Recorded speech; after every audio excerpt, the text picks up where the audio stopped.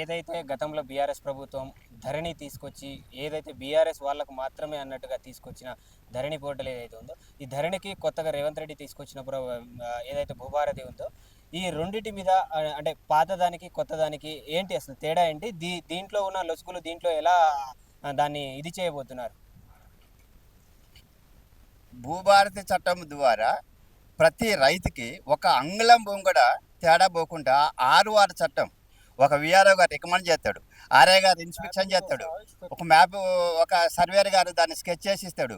ఆ తర్వాత రైతు భూమిని ఎట్టి పరిస్థితుల్లో కూడా ఎక్కడికి ఇన్వాల్వ్మెంట్ పోకుండా బయటకు పోకుండా ఎన్ని సంవత్సరాలకైనా ఆ భూమిని రికార్డు పూర్వకంగా భద్రపరిచి జవాబందీ రికార్డు ఉంచడానికి ఈ రేవంత్ రెడ్డి గారి ప్రభుత్వం అది ఆన్లైన్లోనే పానీలు పెట్టి మీ సేవ అన్ని కబ్జాలు అనేది దానికి ఇక ఎవడన్నా పిటిషన్ అయితే డబ్బున్నోడితే రాజ్యం కానీ పేదోడు పోయి కోర్టుకు పోలేడు, పేదోడు కలెక్టర్ దగ్గరికి పోలేడు. ఒక ఆర్ఓఆర్లో ఒక పాస్బుక్ ఇవ్వాలంటే కలెక్టర్కి అప్పీల్ చేసుకోవాలి.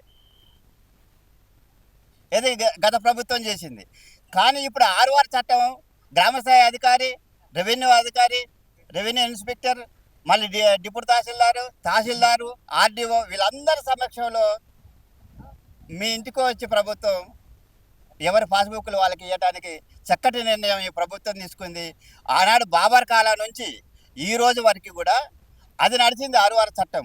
ఆ చట్టాన్ని ముక్కలు చేయడానికి ప్రయత్నం చేసిన ఆ ప్రభుత్వానికి చంద్రబాబు నాయుడు ప్రభుత్వం కానీ కేసీఆర్ ప్రభుత్వం కానీ దానికి మళ్ళీ వాళ్ళు చేసిన దానికి మళ్ళీ ఇప్పుడు ఉన్నటువంటి భూభారతి చట్టం ద్వారా ప్రజలకు చక్కటి పరిపాలన విధాన్ని ఇవ్వడానికి కంకణం కట్టుకొని కాంగ్రెస్ గవర్నమెంట్ నుంచి రేవంత్ రెడ్డి ప్రభుత్వం ప్రజలకు చక్కగా జరుగుద్ది. తర్వాత దీంట్లో అవినీతి అనేది చాలా వరకు చచ్చిపోతుంది.